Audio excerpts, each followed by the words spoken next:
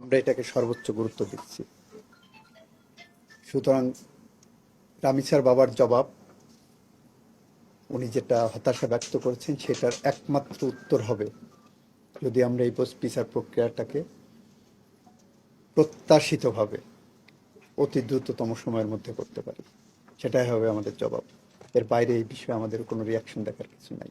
আমরা যদি না করতে পারি, তখন ওনার কথাটা সত্য প্রমাণিত হবে। That is our answer.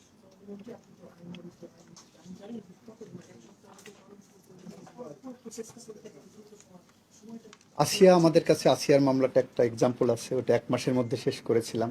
ওই এক্সাম্পল ধরে যদি আমরা এগিয়ে যেতে পারি, সেটা বলবো। কার্যকরটা আমাদের হাতে না, কার্যকরটা এটা সুপ্রিম কোর্টের হাতে। এবং সুপ্রিম কোর্টের বিচার প্রক্রিয়ায় কোনোভাবেই, কোনো কোর্টেরই বিচার প্রক্রিয়ায় আমরা হস্তক্ষেপ করতে পারি না। কিন্তু সুপ্রিম কোর্টের এখানে যেহেতু পেপার বুক করার একটা এম্বার্গো আছে, আর ট্রায়াল কোর্টে পেপার বুক করা এম্বার্গো না। আমি আমার পাবলিক প্রসিকিউটরকে বলতে পারি যে এটা ফার্স্ট ট্র্যাকে নিয়ে যাওয়ার জন্য, জজ সাহেব বাকিটা দেখবেন।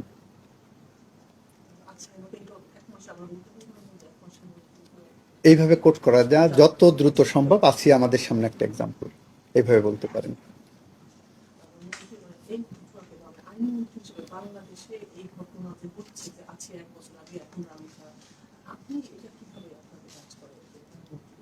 একটা সমাজের জন্য এগুলো অত্যন্ত দুঃখজনক, ক্ষতিকর এবং ঘুণে ধরা সমাজ একটা, সেটা মনে করা যায়। এটা মানুষের মনুষ্যত্ব হারানোর একটা জায়গা।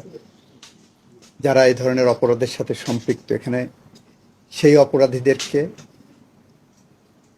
দৃষ্টান্তমূলক শাস্তি যদি আমরা না দিতে পারি, সেটা একটা ব্যাড মেসেজ যাবে এবং আমরা ওই পথ দিয়ে আগাবো। এবং আমরা যে মামলা প্রত্যাহারের জন্য সরকার যে কমিটি করেছে, সে কমিটির আজকে প্রথম মিটিং ছিল রাজনৈতিক হয়রানিমূলক মামলা প্রত্যাহারের ক্ষেত্রে। সেখানে আমাদের সিদ্ধান্ত হয়েছে কোনো রেপ কেস বিবেচনায় আসবে না, কোনো ধর্ষণ মামলা প্রত্যাহারের বিবেচনার জায়গায় তালিকায় আসবে না, হাউ হাই সো এভার। এটা আমাদের আজকের সিদ্ধান্ত। সুতরাং আমরা আমাদেরকে একটু দেখেন আমরা সঠিক পথ ধরে আগাচ্ছি কিনা। আপনারা আছেন, আপনারা আমাদেরকে সহযোগিতা করবেন। রামিছার এটা তদন্ত প্রতিবেদন, সেখানেও যদি কোনো ভুল ত্রুটি হয়ে থাকে নিশ্চয়ই সেটা আনবেন, আমরা সাপ্লিমেন্টারিও করতে পারবো। বাট এই বিচারটা ফার্স্ট ট্র্যাকে নিয়ে যাব। এটা আমাদের আইনি কাঠামো এরকম। আমার আইন যেখানে বলছেন সেশন জাজ সর্বোচ্চ শাস্তি দিতে পারবেন, মৃত্যুদণ্ড, তবে মৃত্যুদণ্ডটা হাইকোর্ট কর্তৃক অনুমোদন হতে হবে। আবার তাকে যদি আপিলের সুযোগ না দেওয়া হয় আসামির, সেখানেও একটা প্রশ্ন আসবে যে দেশে আপিলের সুযোগ নাই, তাই না? তো এই জায়গাগুলো আমাদেরকে অ্যাড্রেস করতে হয়। আমরা রামিসার বিচারটা আরেকটা দৃষ্টান্ত আমরা স্থাপন করব।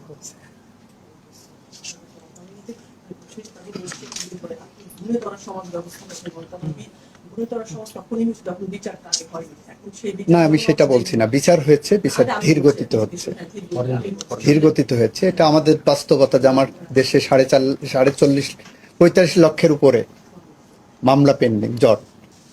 সেই জায়গাগুলো আমাদেরকে তো মাথায় রাখতে হবে। আমরা চাইলেই ওভারনাইট এটা করে ফেলতে, এই মামলা 45 লক্ষ মামলাকে শেষ করতে পারবো? ওভারনাইট তো পারা যাবে না। তৃতীয়ত হলো যে এটার একটা পরিকল্পনা লাগবে। আমরা we are working on it.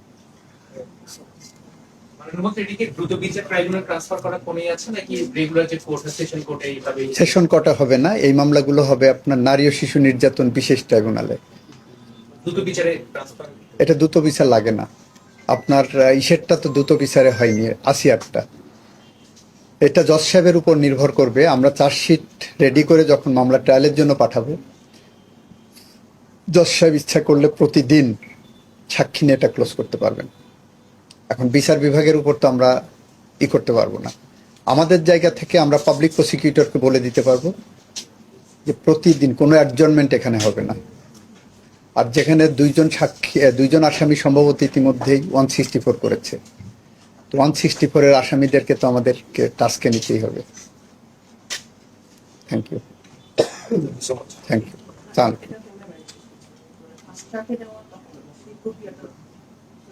সেটা আমাদের সাবজেক্ট টু কোর্ট সেটা এগ্রি করেন।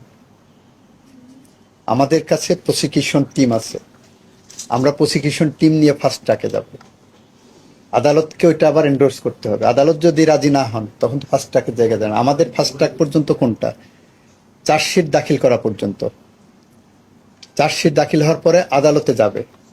আদালতে আমার প্রসিকিউশন টিম আছে, প্রসিকিউশন টিম সেটা ফার্স্ট ট্র্যাকে নেবেন এবং আদালত এটা এই ক্ষেত্রে সহযোগিতা করবেন বলে আমরা বিশ্বাস করি।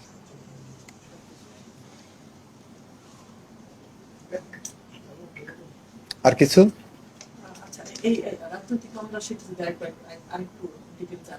আমরা নীতিগত সিদ্ধান্ত নিয়েছি রাজনৈতিক মামলার প্রত্যাহারের ক্ষেত্রে। অন্য যে মামলায় যে আসামির বিষয়েই আমরা বিবেচনা করি না কেন, রেপ মামলা আমার তালিকাতেই আসবে না।